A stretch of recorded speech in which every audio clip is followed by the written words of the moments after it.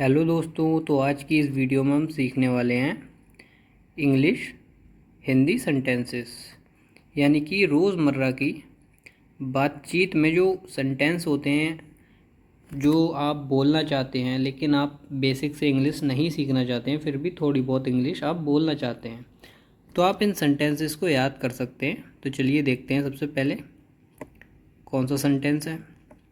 रोज़मर्रा की बातचीत।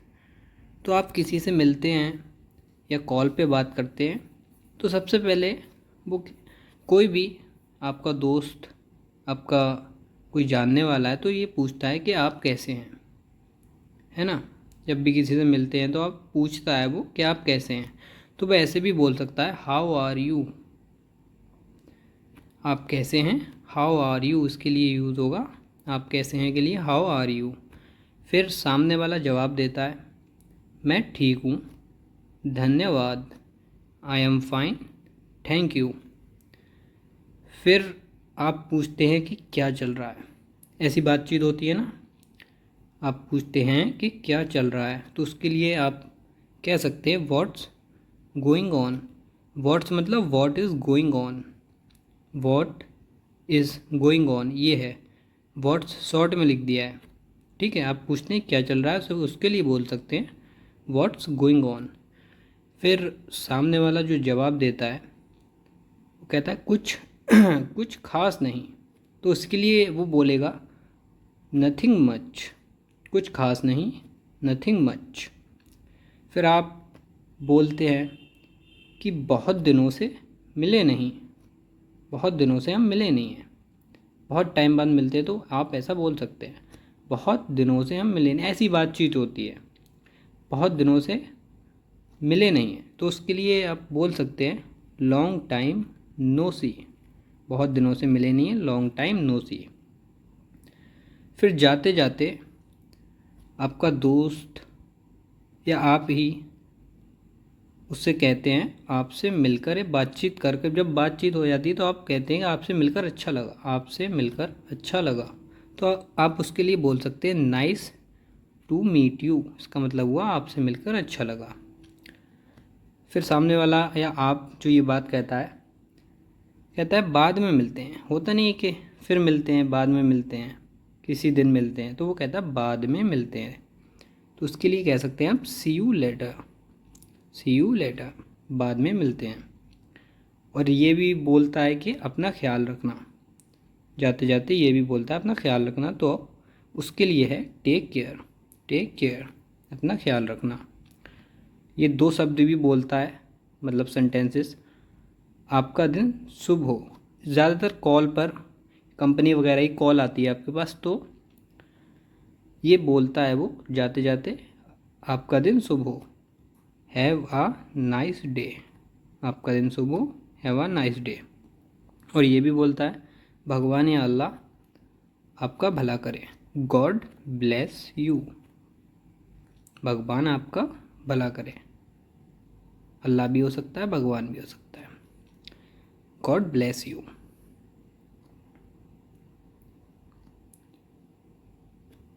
और बातचीत शुरू करने के और जवाब देने के लिए ये सेंटेंसेस हैं नीचे। मतलब आपको कोई बात समझ में नहीं आई तो आप कहते हैं आपका क्या मतलब है। कोई बात किसी ने कही आपको समझ में नहीं आई तो आप कहते हैं आपका क्या मतलब है। तो आप ऐसे बोल सकते हैं इंग्लिश में व्हाट डू यू मीन, आपका क्या मतलब है, व्हाट डू यू मीन। आप ये भी कहते हैं अगर आपको नहीं समझ में आया हो, मैं समझा नहीं, आई डोंट अंडरस्टैंड, मैं समझा नहीं, आई डोंट अंडरस्टैंड। अगर आपको फिर भी समझ में नहीं आया तो आप ये भी बोलते हैं कि क्या आप उसे दोहरा सकते हैं, मैं समझा नहीं। जैसे कि यहाँ पे ऊपर आई डोंट अंडरस्टैंड, मैं समझा नहीं, और क्या आप इसे दोहरा सकते हैं, तो आप ये बोल सकते हैं can you repeat that, can you repeat that, क्या आप इसे दोहरा सकते हैं। फिर आपने फिर नहीं सुना, कृपया थोड़ा ज़ोर से बोलें, कृपया थोड़ा ज़ोर से बोलें, speak a bit louder please. English में ऐसे बोल सकते हैं। मुझे ऐसा लगता है। मुझे ऐसा लगता है, इसके लिए जो इंग्लिश में वाक्य बनेगा वो है आई थिंक सो। मुझे ऐसा लगता है, आई थिंक सो। मुझे ऐसा नहीं लगता है, तो इसका नेगेटिव हो गया ये। मुझे ऐसा नहीं लगता है, आई डोंट थिंक सो। क्या आपको यकीन है, आर यू श्योर। कोई बात नहीं, आपके बातचीत हो रही होती है तो आप ऐसा ही बोलते हैं कि कोई बात नहीं, कोई बात हो गई हो, कोई बात नहीं होगा, छोड़ो भी, तो आप ऐसे बोल सकते हैं इंग्लिश में नेवर माइंड। इससे कोई फ़र्क नहीं पड़ता, इट डजेंट मैटर। डजेंट मतलब डज प्लस नॉट, इसे हम डजेंट पढ़ते हैं, डजेंट शॉर्ट में लिख देते हैं। इससे कोई फ़र्क नहीं पड़ता, इट डजेंट मैटर। जैसी आपकी मर्ज़ी, कोई बात हो, आपको कहीं जाना हो, ट्रिप बनी हो या घूमने जाना हो, तो आप कहते हैं जैसी आपकी मर्ज़ी, जहाँ चलना है चलो। तो जैसी आपकी मर्ज़ी के लिए जो सेंटेंस बनेगा वो है एज़ यू विश। जैसी आपकी मर्ज़ी, एज़ यू विश। घर और काम के दौरान, मतलब घर में रहकर जो सेंटेंस इंग्लिश या हिंदी में भी आप बोलते हैं तो उनकी इंग्लिश ट्रांसलेशन बहुत ज़रूरी है। अगर आप बेसिक से नहीं सीखना चाहते हैं तो इसे याद कर सकते हैं। मुझे भूख लग रही है। आप ज़्यादातर भूखे होते हैं घर में, तो आप बोलते हैं मुझे भूख लग रही है, तो आप ऐसे ही बोल सकते हैं आई एम फीलिंग हंग्री। मुझे भूख लग रही है, आई एम फीलिंग हंग्री। नाश्ते में क्या है, what's for breakfast. What's for breakfast, what's मतलब व्हाट इज़। नाश्ते में क्या है, व्हाट्स फॉर ब्रेकफास्ट। खाना बहुत स्वादिष्ट है। खाने के बाद आप कहते हैं कि आप अपने दोस्त के घर में गए हुए हैं तो तारीफ़ वगैरह करनी हो, तो आप कहते हैं खाना बहुत स्वादिष्ट है। The food is delicious. मैं सोने जा रहा हूँ। आपको नींद आती है तो कहते हैं मैं सोने जा रहा हूँ। तो आप ऐसे बोल सकते हैं आई एम गोइंग, जा रहा हूँ, मैं जा रहा हूँ। आई एम गोइंग क्या करने, to sleep. I am going to sleep, मैं सोने जा रहा हूँ। I am going to sleep. मुझे सुबह 6 बजे जगा देना। मुझे 6 बजे, सुबह 6 बजे जगा देना। आप सोते हैं, आपको मीटिंग के लिए जाना होता है, जॉब के लिए जाना होता है, तो आप घर पे बोलते हैं कि मुझे 6 बजे जगा देना, मुझे कुछ काम है। तो आप इसके लिए मुझे 6 बजे जगा देना, इसको इंग्लिश में बोलना चाहते हैं ना, तो आप ऐसे बोल सकते हैं वेक मी अप एट 6 AM। मुझे 6 बजे जगा देना, वेक मी अप एट 6 AM। मुझे देर हो रही है। आप कहीं जल्दी में हैं और आपने नाश्ता वगैरह नहीं किया है, तो आप कहते हैं मुझे देर हो रही है, मैं अभी ऐसे ही चला जाऊँगा। तो इस सेंटेंस के लिए मुझे देर हो रही है, इसके लिए इंग्लिश में बोल सकते हैं I am getting late. I am getting late. मेरी चाबियाँ कहाँ हैं। आपकी लॉकर की चाबियाँ नहीं मिल रही हैं, तो आप पूछते हैं कि मेरी चाबियाँ कहाँ हैं। तो इंग्लिश में कैसे बोलेंगे, where are my keys. Where are my keys. आपको कहीं जल्दी हो, आपको फैमिली के साथ कहीं जाना हो, तो कहते हैं आप जल्दी करो, लेट हो रहा है, जल्दी करो। तो जल्दी करो के लिए इंग्लिश में hurry up. Hurry up, hurry up. मुझे यह करने दो। कोई आपको डिस्टर्ब कर रहा है, कोई बच्चा या कोई भी आपको डिस्टर्ब कर रहा है, तो आप कहते हैं मुझे यह करने दो। Let me do this. मुझे यह करने दो, लेट मी डू दिस। मैं अभी व्यस्त हूँ, मतलब आपके दोस्त आपको कहीं खेलने या घूमने कहीं आसपास में ले जाते हैं, तो आप उनसे कहना चाहते हैं मैं अभी व्यस्त हूँ, बाद में खेलते हैं। तो अब मैं अभी व्यस्त हूँ के लिए इंग्लिश में बोल सकते हैं I am busy right now. I am busy right now, मैं भी बिज़ी हूँ। यानी कि मैं भी व्यस्त हूँ, I am busy right now. मदद और शिष्टाचार के लिए सेंटेंसेस। क्या आप मेरी मदद कर सकते हैं? क्या आप मेरी मदद कर सकते हैं? कोई भी काम में आप किसी की मदद मांग रहे हैं तो आप ऐसे बोलते हैं हिंदी में, क्या आप मेरी मदद कर सकते हैं। तो आप अगर इसे इंग्लिश में बोलना चाहते हैं तो आप बोल सकते हैं कैन यू हेल्प मी। क्या आप मेरी मदद कर सकते हैं? Can you help me. आपका बहुत बहुत धन्यवाद। आपकी कोई हेल्प कर दे, मदद कर दे, तो मदद करने के बाद आप उसे ये शब्द बोलते हैं, मतलब सेंटेंस वाक्य बोलते हैं, आपका बहुत बहुत धन्यवाद। तो आप इसे इंग्लिश में कैसे बोलेंगे? Thank you so much. Thank you so much. आपका स्वागत है। आप किसी का स्वागत करना चाहते हैं, किसी भी चीज़ के लिए आपका स्वागत है, तो आप ऐसे बोल सकते हैं you are welcome. You are welcome, आपका स्वागत है। इसमें लिखा भी है धन्यवाद के जवाब में। आप इसके बाद ये बोल सकते हैं धन्यवाद में। वो बोलेगा थैंक यू सो मच, आप बोलेंगे यू आर वेलकम। कृपया क्षमा करें, सुनिए। कृपया क्षमा करें और सुनिए के लिए ये सेंटेंस है एक्सक्यूज़ मी। कृपया क्षमा, एक्सक्यूज़ मी प्लीज़। कृपया क्षमा करें या फिर सुनिए के लिए आप ये बोल सकते हैं excuse me please. Excuse me please.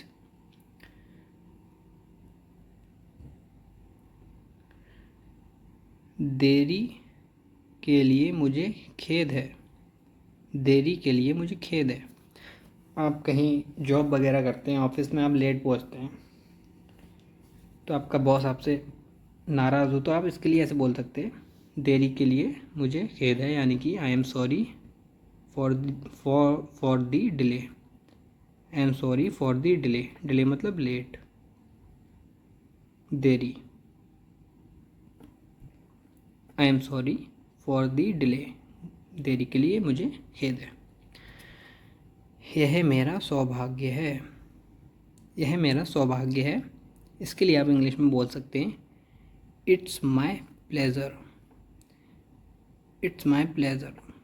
It is, ये है इट इज़। इट्स, ये है it plus is. It's my pleasure. चिंता मत करो। कोई आपका दोस्त या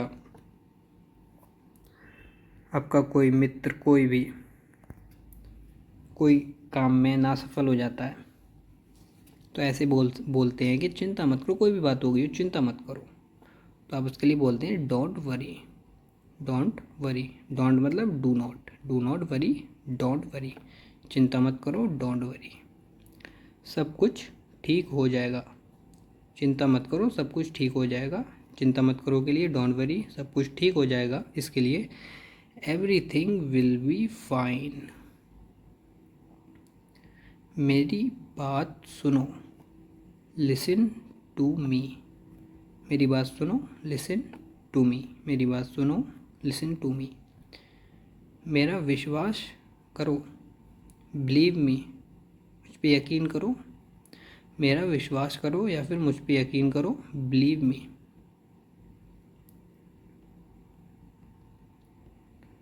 कुछ छोटे सेंटेंसेस, वाक्य होते हैं, वो भी आप सीख लीजिए।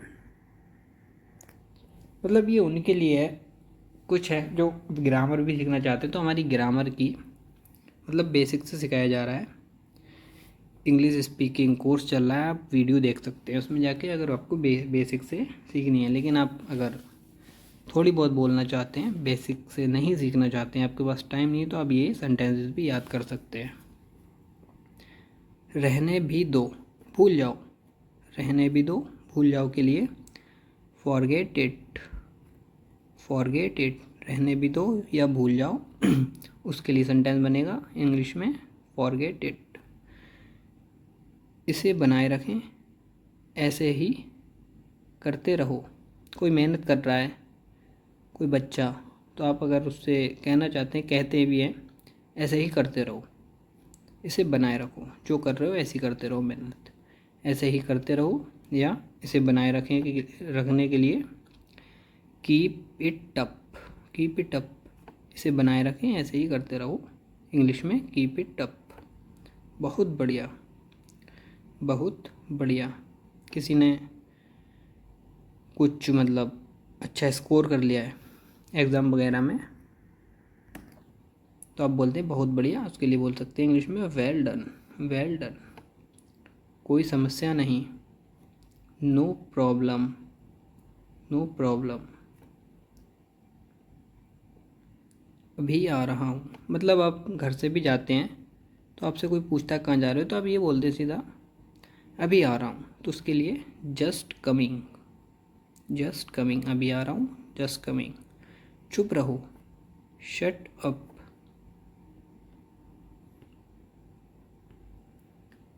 एक तरफ हट जाओ, एक तरफ हट जाओ, मूव असाइड, मूव असाइड। धक्का मत दो, भीड़ भाड़ में अगर आप हैं तो कहते हैं धक्का मत दो भीड़ में किसी से भी। डोंट पुश, डोंट मतलब डू नॉट, डोंट पुश, धक्का मत दो, डोंट पुश।